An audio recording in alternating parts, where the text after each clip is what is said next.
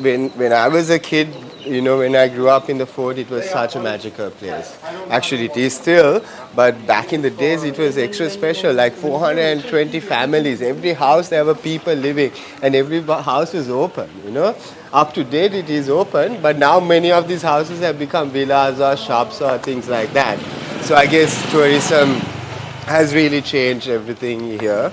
But yeah, playing in all these streets, the ramparts, and everything was just so special, and like we felt so safe within the fort.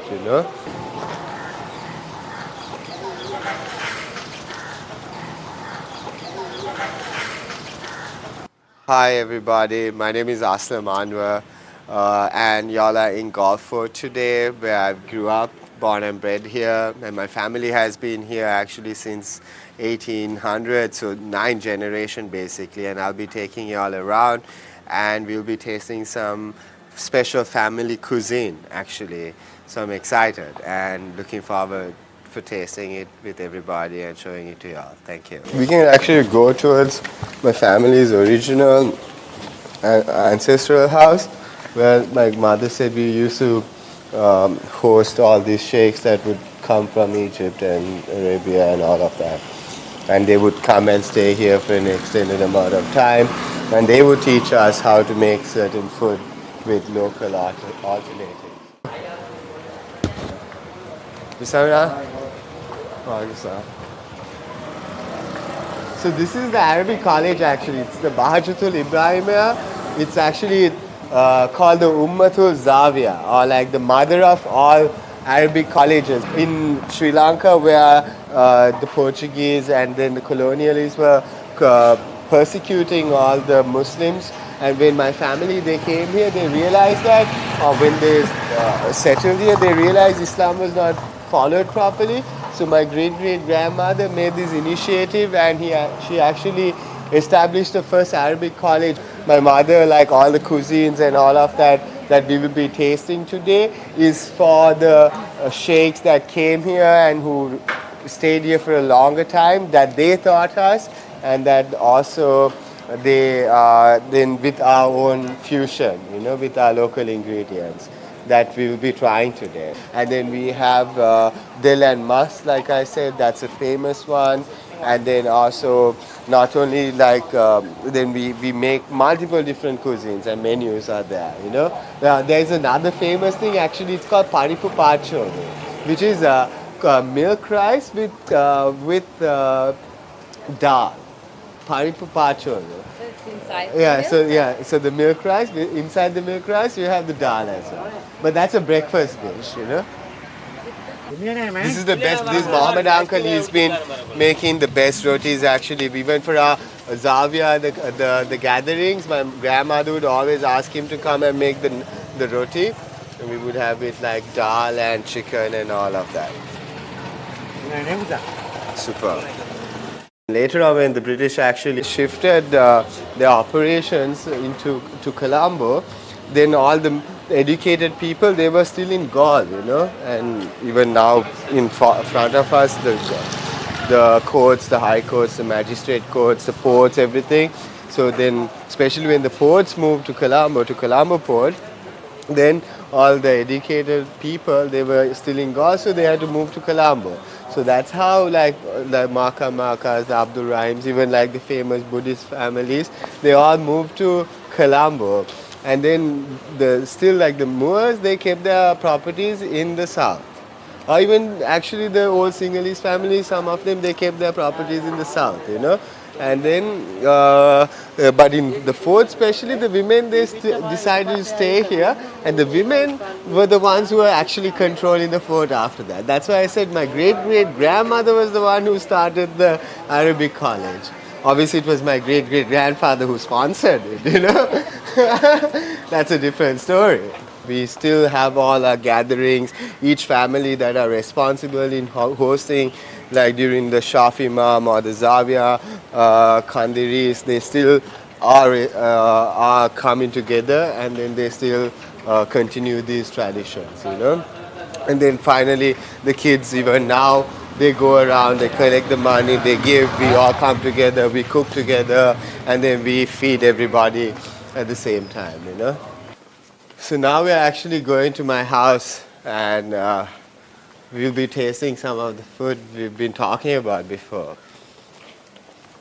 And my mother will be also showing what goes into the cooking of it. Some of these recipes are secret recipes, but they're actually like not so secret because it's not so easy to replicate, you know, at the same time. Welcome. This house itself has been in my family since 1876, but my family has been living in the fort since 1835.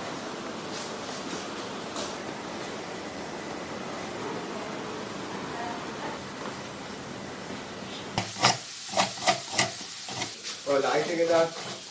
I'm lighting it up.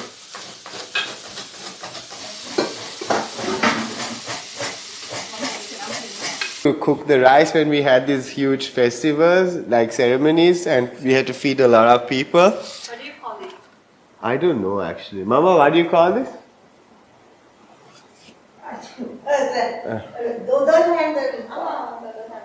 Yeah. We make dodol as well, yeah? We make dodol, yeah. Okay.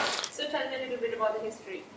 History. Food here and your So my house, this current residence has been in my family since 1875, but our family, my great-great-grandmother moved here in 1940. But in the fort, my family is the ninth, with us, it's the ninth generation now.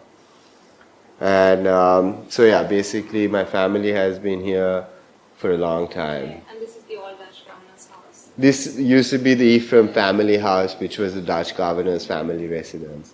Yeah, at one point. And afterwards, during the British, it was actually a pharmacy, you know.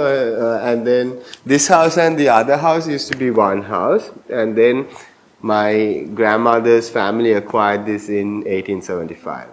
And then my grandmother's mother moved to this residence in 1940. Yeah. And your ancestors, Aslam, were they dwellers or traders? They were jewelers and traders both. Actually, they were quite famous jewelers actually in Sri Lanka at one point. They were dealing with Emperor Hirohito, the royal family, and so on, you know. Whereas my father's side of the family, which is from also further south, you know, they were more like they were doctors and traders, and they bought the Unani medicine here.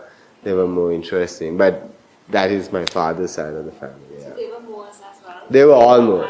Yeah. My mother's family. Yes, I think they came during the Dutch time. My mother's side of the family, they came from Malabar and then from India. And then they got married to the Mudaliges, I believe, and then they settled in Sri Lanka. My dad's side of the family I can trace to actually 15th century Yemen. Yeah. And tell me about the food. The food is in Galle especially, you know, there's a famous story actually, you know, like a saying. My grandmother would always say, you know, Galian Tingnatuval, Columbual, Udupadual.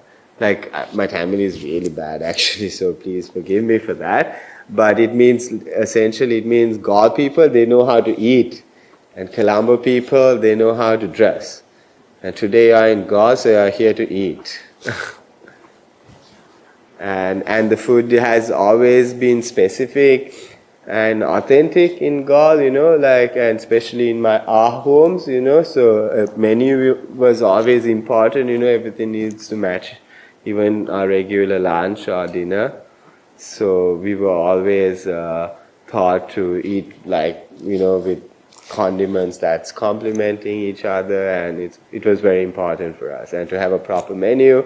And also it changes according to the seasonality, you know, if there was, like, if it is like breadfruit season, we would eat del and mas, which is like this like amazing delicacy. Actually, it's like breadfruit and beef like together with like spinach, and you cook it together, and then the breadfruit has this like absorbs the marination and the flavors of the beef and gives this additional like umami, which is incredible actually. Unfortunately, it's not the breadfruit season for you to taste that. But yeah, otherwise, if it is like, we also do the biryani, but we do a fish biryani, which is like, if we get like a good sear fish or sea bass or something like that, then they make like a biryani with that, Or for an example, like what we're going to try today is a chicken badam, which is, or we make it with bankoli, which is turkey as well. And that is actually a more traditional dish that is Ottoman inspired. Hello, hi, how can I help you? Oh, this is our private residence, sir. Thank you very much. Thank you very much. That happens quite often.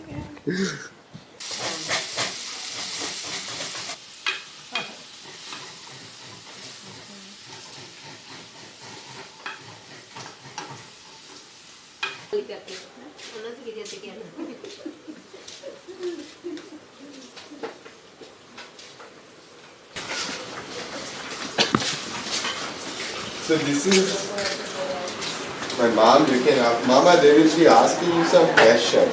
Okay, but excuse me, I'm not wearing a apron. You can see already. See? France apple, like a French hopper. That's what we call it actually. We'll be making that with beef. It's okay, auntie, you can do your... So we put the milk, good milk, okay? Coconut milk. Okay.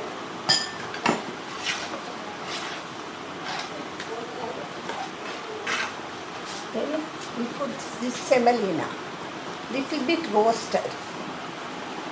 So we add this, no quantity much.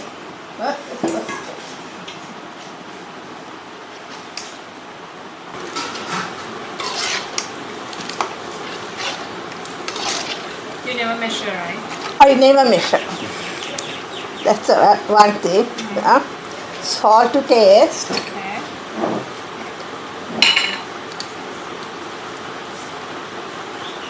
Who did you learn your recipes from? Your mom? Mama. And tell me, like, what's your earliest memory when it comes to your With my family grandmother. recipes? Okay. She always in the kitchen and she was cooking a lot. All her brothers come and ask her to make food for her. And the nephews also after that. We put the egg now. Okay?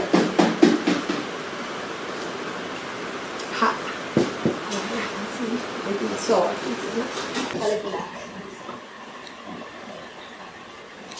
We butter the tray and then put This is better. here. Oh.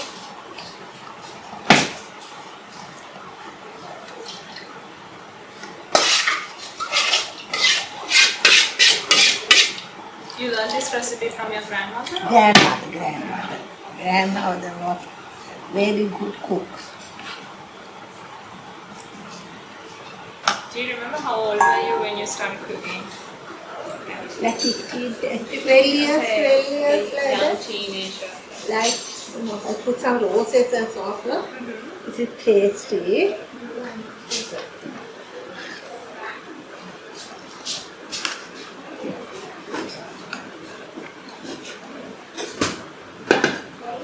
Is this an occasion dish? Or Huh? is This is like actually a tea Special. time dish. Oh, nice. Okay. Yeah. You put like it and put it in plate.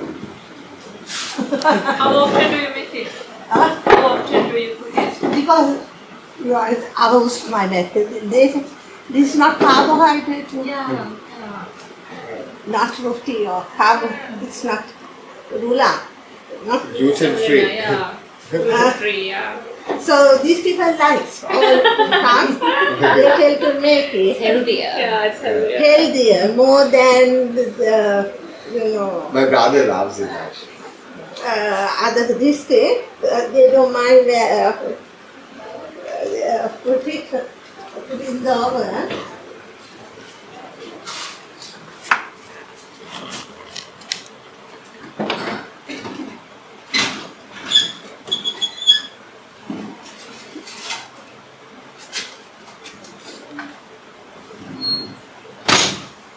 And they like How much do you have to heat the 250.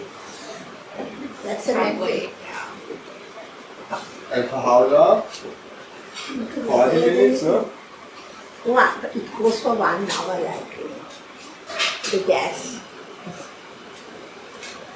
What is it? They Oh. I see. And you can cut it down. make up the more sort of. I had to go to the kitchen. So this They is don't- actually my favorite. What she's gonna Oh, make. sure. Yeah, it's like a cabbage, like almost like wine leaf. They do that in Arabia, but we don't have wine leaf here in India.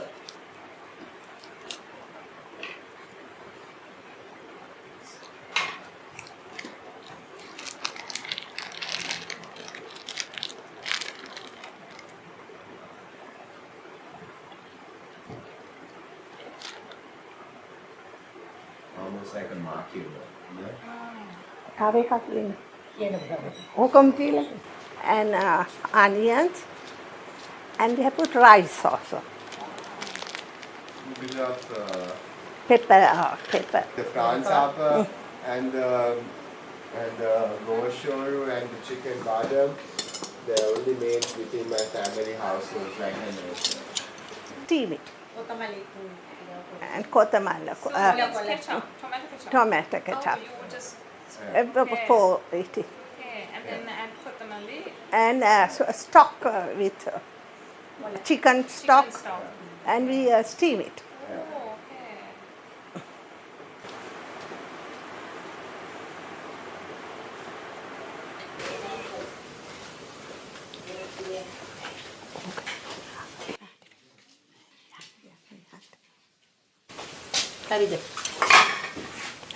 So we have to, for the koli butter, we make these potatoes fried, onions fried, and you can have what you call almonds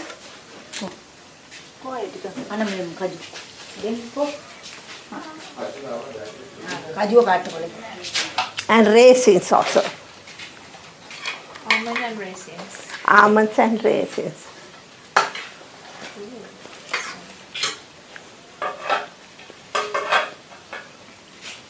Auntie, this is something you make every day or like a No, special for occasion? special. When do you make it usually? And chickpeas also, Chickpeas. also, and fried and put it.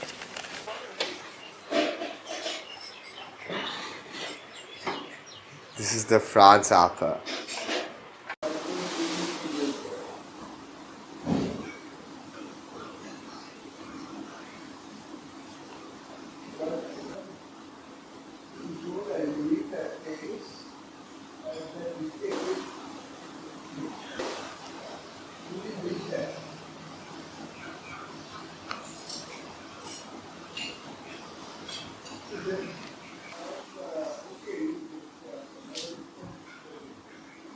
The fork and spoon. These are all finger foods actually. And in the Middle East, you have something very similar, I believe, with wine leaf. Yes. Yeah. What do you call it? Wada anab. Vada Anab. anab. Yeah. Okay, awesome. And also in Yemen, my friend said there's something similar with wine leaf. It's called malfouf. Also, this is inside it. We have chicken and we have Rice. And then after that we actually have the French hopper, the France hopper. Don't ask me how the name French came here. Yeah, I wanted to know that. Yeah, I mean, I think one of like ancestors was a chef in a ship, and he was always traveling to Europe, you know.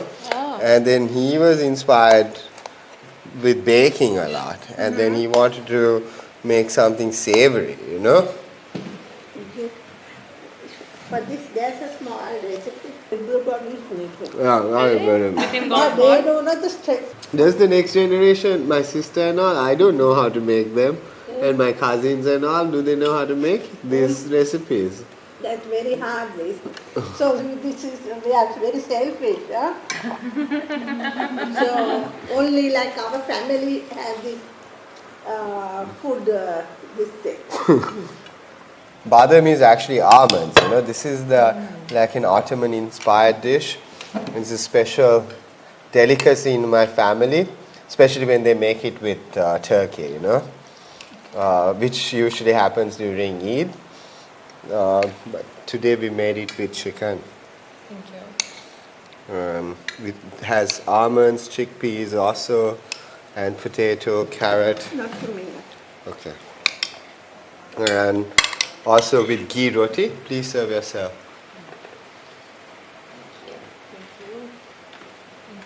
And also with pineapple, cooked pineapple, which is also an authentic Galle Fort recipe.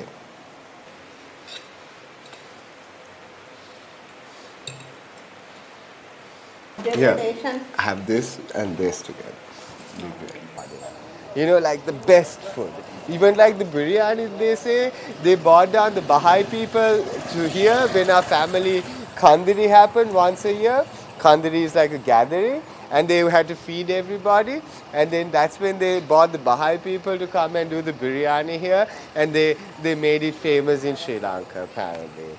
So like that, giving food is very blessed for us, and many of the people that live in Galle, like especially the Muslim families, they love to give food, you know, especially in the mosque that we just passed as well, and then there's a Zawiya, and then there are like multiple families that are responsible in feeding the whole community on different days.